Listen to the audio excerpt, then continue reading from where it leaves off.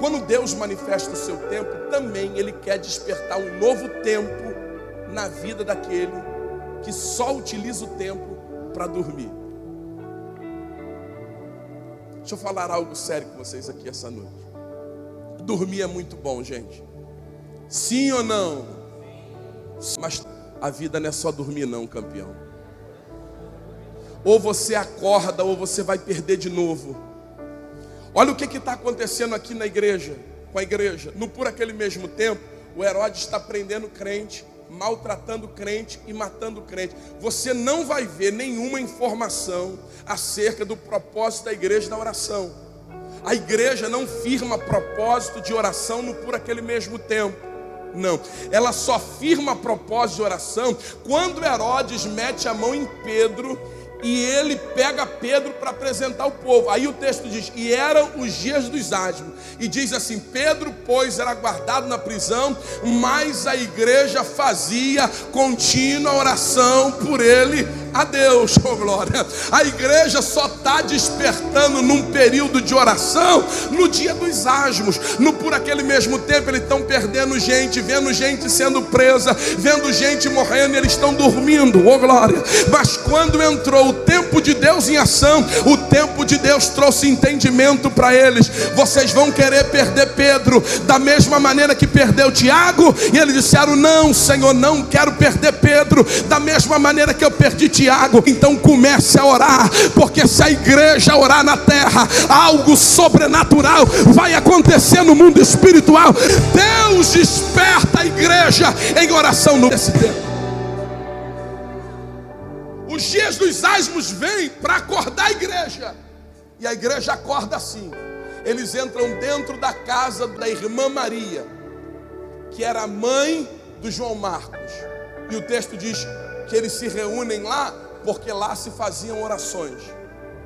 Aí eles dobram o joelho para orar. E alguém diz, vamos firmar um propósito agora de oração? Vamos. Qual é o propósito da oração? O propósito da oração é solta Pedro. Nós não vamos pedir mais nada a não ser solta Pedro. Vamos lá, vamos começar a oração. Começa quando? Vamos começar agora. Vamos dobrar nosso joelho. E aí, a gente para de orar quando? A gente para de orar quando Pedro voltar. E quando Pedro vai voltar? Quando eu não sei, eu só sei que eu só paro de orar quando Pedro voltar. Aí agora começa um período de oração que não tem certeza na hora que vai terminar. Começa agora a oração. Primeiro dia, solta Pedro. Segundo dia, solta Pedro. Terceiro dia, solta Pedro, Deus. Quarto dia, solta Pedro. Quinto dia, solta Pedro, Deus. Sexto dia, solta Pedro, Deus. Aí o texto diz que quando Herodes estava para apresentar Pedro no outro dia, ora, se o Herodes ia apresentar Pedro no outro dia, isso significa que o outro dia era o sétimo. Porque o sétimo dia dava legalidade para as obras retornarem na terra. Se Herodes ia apresentar Pedro no outro dia, isso significa que o outro é o sétimo. E se o outro dia é o sétimo, a igreja está orando 6 dias. 6 dias orando dentro da casa da irmã Maria. Só que ninguém sente um arrepio. Ninguém se levanta dizendo, assim diz o Senhor. Não tem ninguém tendo visão e nem revelação. Não tem ninguém com palavras proféticas dentro da casa. Não, dentro da casa da irmã Maria não está acontecendo nada. Dentro da casa da irmã Maria ninguém está vendo nada. Mas lá no alvo da oração da igreja, algo sobrenatural está acontecendo. Oh glória, aqui você ainda não viu nada, mas você não tem noção do que Deus está fazendo no alvo da tua oração. Você não tem noção de como Deus está agindo naquele alvo, porque enquanto você ora aqui, Deus vai lá. Na casa não está acontecendo nada, mas no alvo, porque Deus tem um negócio com alvo. É lá no alvo que Deus vai.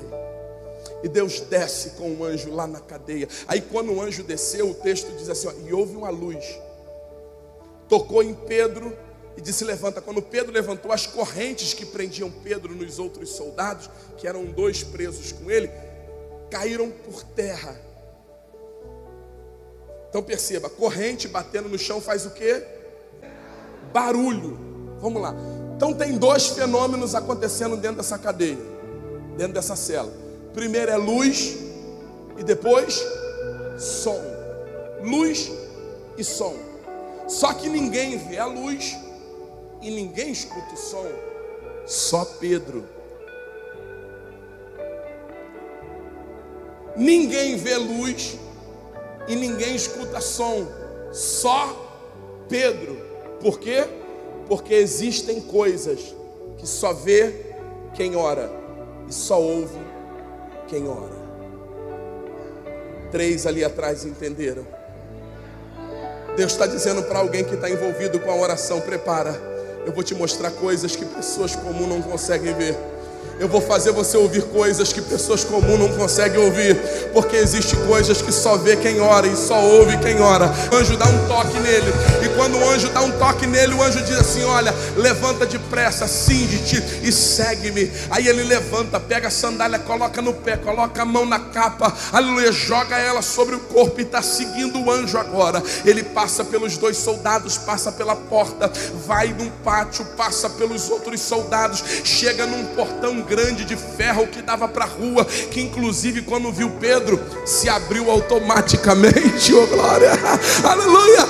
Quando Pedro foi ver, ele estava do lado de fora em uma rua, em um caminho, e quando ele chega no caminho, ele lembra e percebe: agora eu sei que não é um sonho, o Senhor enviou o seu anjo dentro da cadeia e me livrou da mão de Herodes e de toda a expectativa dos judeus. Olha que interessante, Pedro está passando aonde ninguém passa, e Pedro está chegando aonde ninguém chega. Qual é o segredo de passar aonde ninguém passa e de chegar aonde ninguém chega? É aquilo que o anjo disse para ele: segue-me, porque enquanto você estiver olhando para mim, você passa onde ninguém passa e você chega onde ninguém chega. Olhe para cá, enquanto você veio aqui para olhar para as coisas de Deus, prepara, Deus te fará passar por onde ninguém consegue passar e vai te fazer chegar aonde ninguém consegue chegar. Olha lá, tem crente ali atrás pegando, aqui na frente também.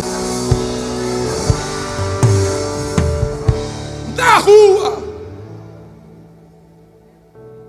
ele diz assim: eu estou livre, mas eu preciso orar. Eu preciso arrumar um lugar para orar. Sabe, eu preciso orar, porque eu estou vivo, mas o Herodes também está. Eu estou livre, mas quem quer me matar também está vivo. Eu preciso orar. Aí o Pedro começa a pensar: eu preciso orar, eu preciso orar, eu preciso orar. Para onde que eu vou? Eu preciso orar. Já sei. Eu vou para a casa da irmã Maria. Eu vou para a casa da irmã Maria.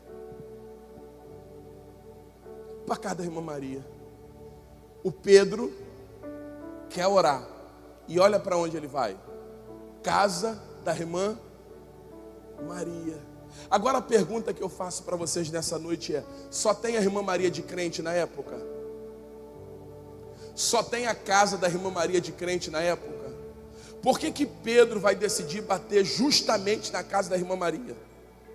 Está no texto. Porque lá se faziam orações. Sabe quem é Pedro, gente? Pedro é a bênção da igreja. Sabe aonde a bênção da igreja está dizendo que vai bater? Na porta da casa que ora.